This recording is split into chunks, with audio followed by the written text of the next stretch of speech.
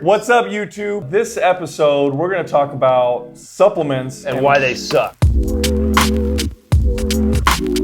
I mean, I guess they all don't necessarily suck, but I think what happened at one point. It's suck-ish. Do you remember? Yeah. I remember being probably in my early teens, long time ago, when it started to really ramp up and explode as far as all the marketing behind it. I don't feel like we got marketed to as much. Well, we feel like we got duped, I think, because there was a lot of emphasis on supplements over training and over just whole foods in general. Here's the problem. The problem is that we know for a fact, and you can talk to any established, experienced trainer or coach, and you ask them, how important is exercise and nutrition to achieving the body that I'm looking for, or fitness or health and performance?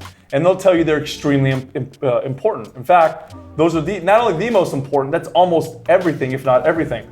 You ask them about supplements, and those that are experienced will tell you they don't do much for you.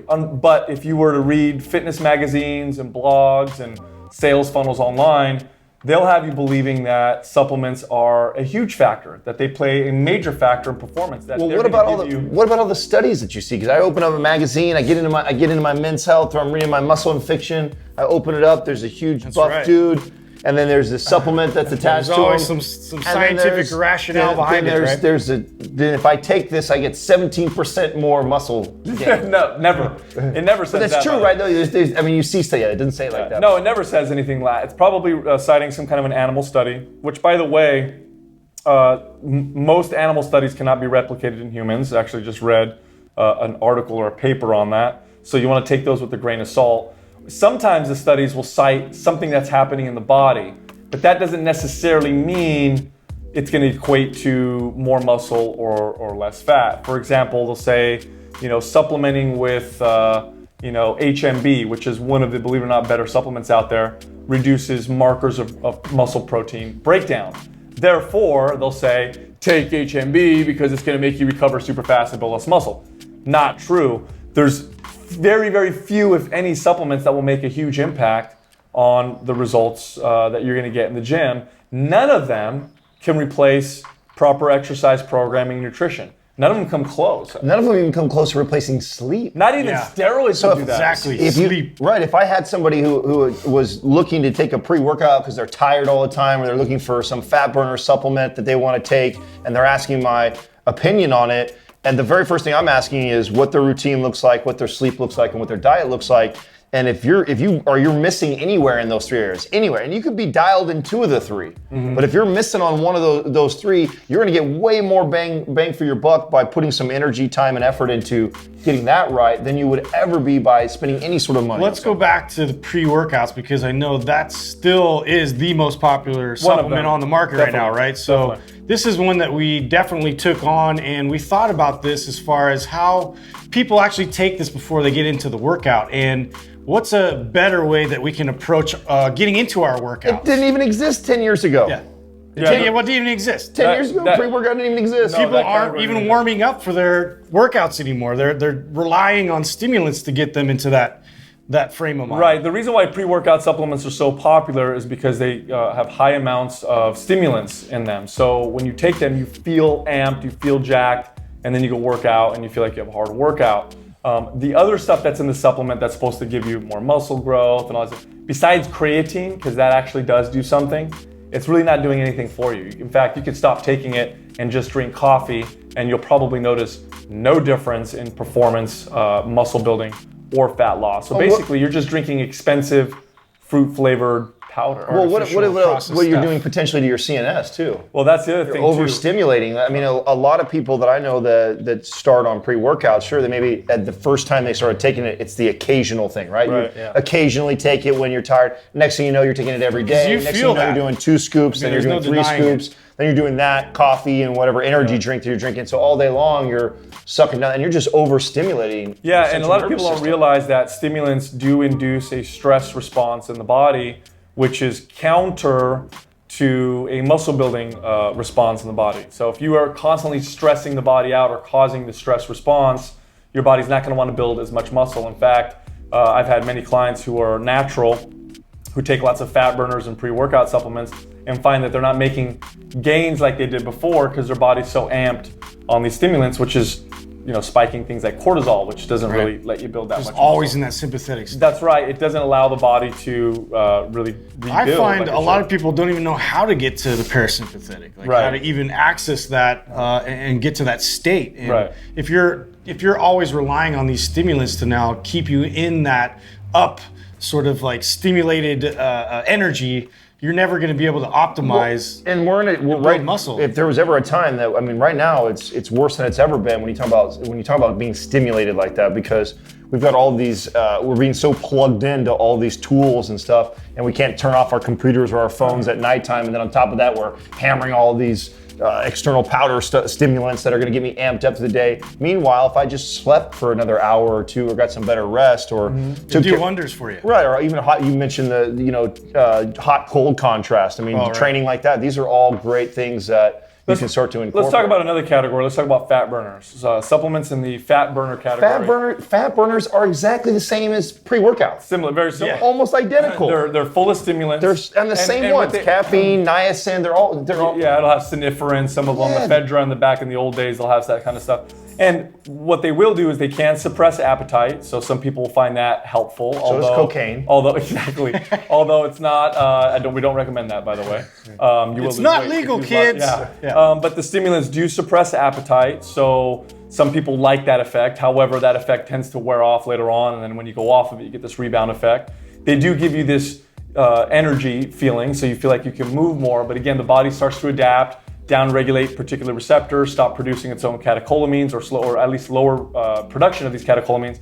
So now when you go off the fat burner, you feel terrible and you get this rebound effect. Those are the stimulant-based fat burners. The other fat burners that say they help burn fat at night, when you sleep or whatever, none of them work. They actually do nothing. None of them will make you burn body fat if you're not in a calorie deficit. That's just the bottom line. You have to be in a calorie deficit. And I'm sure people are wondering how that's possible, but the supplement industry is not regulated at all. No. I mean, the three of us right now could put a bunch of powder in a bottle, and as long as it doesn't kill anybody, and it's nobody will know. Yeah. And you could sell it all day long. So, and that's nobody will know. Now, of course, the most popular probably category or thing that's sold in the for supplements is protein powder. Protein powders, look, if you have low protein intake and you can't get it with real food, I could see a benefit for that. There's a use for it then, sure. I could see a benefit with it being convenient, but does it replace food? Is it better than food or as good as food? No. Nothing's better than food. Nothing is better than good quality food. And protein powder by nature is extremely processed. I mean, they've taken a food product and turned it into a powder with a long shelf life that tastes like, strawberry shortcake or something like that. Now, you've mentioned that before, but that didn't even really resonate till later. I was like, wow, that is so true that it's one of the most processed foods that's out there. That's right. People don't even realize that, but that's because it's deemed as a health food item. It's something very healthy for you, right? Which it's a supplement. Which I think it can be. If you're somebody who lacks eating protein, which I had trained thousands of female clients that that was an issue. Yeah, grossly underate protein. They didn't like the taste of chicken and steak, or they just didn't have it around. And so supplementing for that reason, I can see that. If you're not hitting your RDA for protein intake every single day and your goal is to build muscle, you want to make sure you're getting adequate protein, and that's a better choice than nothing at all. Sure. But it's still not, what I know a lot of people do is they think, just like you said, Justin, that the supplement is good for me, so then they think that they should take a shake every single day. No, it's a supplement. It becomes a food group for them. Right, exactly. It becomes something a staple inside the diet, when no, it should be utilized as an emergency tool, right? And the same thing goes for your green juices. I use green juice occasionally, and the way I dictate that is based off of what I've been eating for the last 3 or 4 days. So if for some reason, if I haven't had any greens for the last couple, which can happen. I mean, sometimes I'm busy, we're traveling, and it's really easy to get a hold of carbs and fat and proteins. Oh, there's lots of convenience to that. Right, you can't always get to fresh vegetables, and so when I do that, I don't try to make a habit of it. It doesn't replace food, and here's the deal.